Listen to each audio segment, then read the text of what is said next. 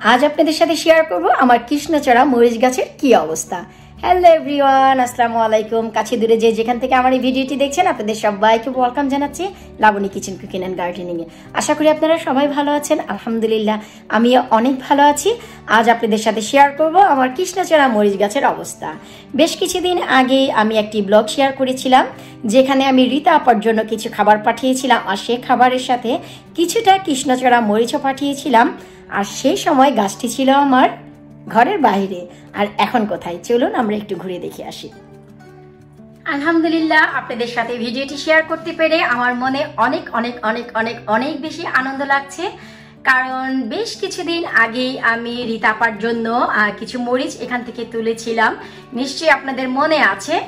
আর তখন কিন্তু গাছে কোনো প্রকারের মরিচ আর ছিল না, গাছটি একেবারেই মরে যাচ্ছিল। যেখানে আমি বলেছিলাম যে আমি মরিচগুলো আপার জন্য তুলে দিয়ে দিই, গাছটি যেহেতু বাহিরে আছে এমনিতেই মরে যাবে। তো আমি সেই হিসেবে সবগুলো মরিচ কিন্তু তুলে দিয়ে দিয়েছিলাম। আর গাছের পাতাগুলো কিন্তু একেবারে হলুদ হয়ে গিয়েছিল, আর মাটিগুলো বৃষ্টি এবং ঠান্ডায় অনেক সেটা হয়ে গিয়েছিল। আর এখন অবস্থা দেখুন। আলহামদুলিল্লাহ এর একটি কারণ, তা হচ্ছে এই গাছটিকে আমি ছাঁটাই বাছাই করে নিচের দিকে আরো বড় বড় দুইটি ডাল ছিল, এই যে দেখুন আমি বড় বড় দুইটি ডাল কেটে এই যে নিচের দিকে দুইটি ডাল আর উপরের দিকে এই ডালগুলো আমি রেখে ঘরে নিয়ে এসেছিলাম। আর বরাবরই আমি বলে আসছি যে ঘরে আসলে কোথায় রাখবো আমার জায়গা হচ্ছিল না, তাই এই যে যেইখানে আমার কনজারভেটরিতে এক্সারসাইজের জিনিস থাকে, আর এই পথটি একেবারে বাউন্ডারির মতন কাজ করে আমেনার জন্য। আমেনা বুড়ি হচ্ছে মাটি দেখলেই তা তুলবে আর খাবে, এই হচ্ছে তার কাজ। কারণ তার কোনো খাবার নেই, মাটি ঘাস পালা সব হচ্ছে তার খাবার, সবকিছু তাকে খেতে হবে আর এক্সপ্লোর করতে হবে। তো যাই হোক, আমেনা বুড়ির কথা অন্য আরেক দিন। আর তখন যখন আমি এগুলি ঘরে নিয়ে আসি, ঘরে দারুণ তাপমাত্রা পায়। আর বর্তমানে কিন্তু আমাদের বাহিরের অবস্থা খুবই ঠান্ডা যাচ্ছে, অবভিয়াসলি অনেক ঠান্ডা। গাছে আমি গার্ডেনে যা ছিল কম বেশি সব অলরেডি ঘরে তুলে নিয়ে এসেছি, সেভ করেছি ফ্রিজে, আপনারা অনেকেই জানেন। তো এই ঠান্ডায় আসলে গাছটি একেবারেই মরে যাচ্ছিল। আর মরিচ গাছ এত কষ্ট করে আসলে বানানো, আর এই গাছটি কিন্তু আমাকে সৌরভ ভাইয়া গিফট করেছিল, আপনারা অনেকেই জানেন। ভাইয়া যখন দিয়েছিল তখন গাছটি আরো কিছুটা ছোট ছিল, তবে সেই কিছুটা মরিচ সহই আমাকে দিয়েছিল। তার অনেক বড় আত্মা রে ভাই, আমার এত বড় আত্মা নেই। আর তারপর এই হচ্ছে ভাই যত্নের ফল। আপনারা অনেক দূরে যাবেন না, ঠিক 1.5 সপ্তাহ আগেই কিন্তু আমি রীতা আপার জন্য খাবার দিয়েছিলাম। ঠিক 1.5 সপ্তাহ পরে এই হচ্ছে আমার মরিচ গাছের অবস্থা। আরো শত শত মরিচ আসলে এখানে এসেছে। এটা হচ্ছে কথার কথা যে শত শত মরিচ, এই কথাটি এই জন্যই বলা হয়, গাছে যদি একেবারে ফল দিয়ে ভরা থাকে, পাতার সমপরিমাণ ফল থাকে, তাহলে আমরা এটি একটি প্রবাদ বাক্য বলি যে শত শত এসেছে, গুণেও শেষ করা যায় না। আসলে এটি হচ্ছে মনের একটি খুশির রিফ্লেকশন, যা আমরা আপনাদের সাথে শেয়ার করি। তো এই যে দেখুন সফলতা। এখানে আমি কি করলাম, আসলে ফার্স্ট অফ অল আমার এই গাছের জন্য প্রয়োজন ছিল রাইট তাপমাত্রা, রাইট ওয়েদার।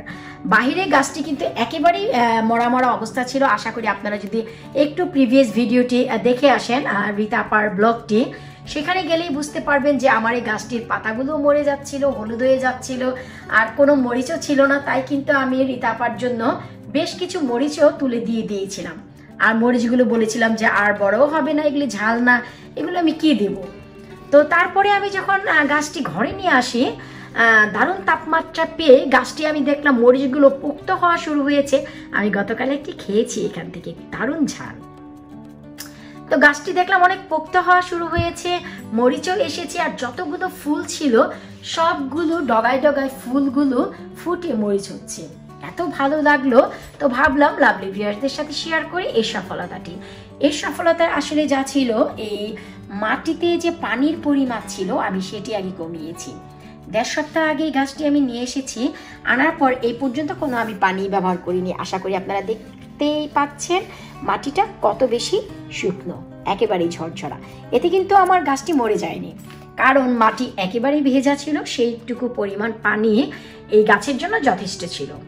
তারপর আমি এখানে সার ব্যবহার করি, আমার শুকনো জৈব সার, যা আমাকে বরাবরই অনেক সফলতা দিয়েছে এবং দিচ্ছে, আশা রাখছি সামনেও দিবে। তো তার কারণে দেখলাম যে আমার গাছে এত দারুণ সফলতা। তো আপনাদের সাথে একটু এই জন্য শেয়ার করলাম যেন আপনারাও আসলে আমার মতো সাকসেস হতে পারেন। যাদের ঘরে আসলে একটু জায়গা আছে আর যাদের গার্ডেনে এমনই মরিচ গাছ আছে, আপনারা যদি চান গাছগুলো ঘরে এনে রাখতে পারেন, এতে করে আপনাদের গাছগুলো আসলে বেঁচে যাবে আর এত দারুণ দারুণ গাছ আপনাদের মেরে ফেলতে হবে না। তো আমাদের গাছের জন্য যে জিনিসটি দরকার, বাইরে যতই ঠান্ডা থাক, ঘরে একটু জায়গা থাকলে উইন্ডোসিলে এনে রেখে দিন। ঘরের তাপমাত্রায় গাছ দারুণভাবে বাড়বে।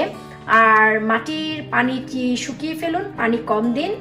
আর হচ্ছে যত আগাছা আছে বেছে ফেলুন। আমি যা করেছি, নিচের দিকে ডালগুলো কেটে ফেলুন, বড় বড় পাতাগুলো কেটে ফেলুন, যে মরিচগুলো পোক্ত হয়ে গেছে তুলে ফেলুন, ছোটগুলো রেখে দিন সব এনার্জির জন্য।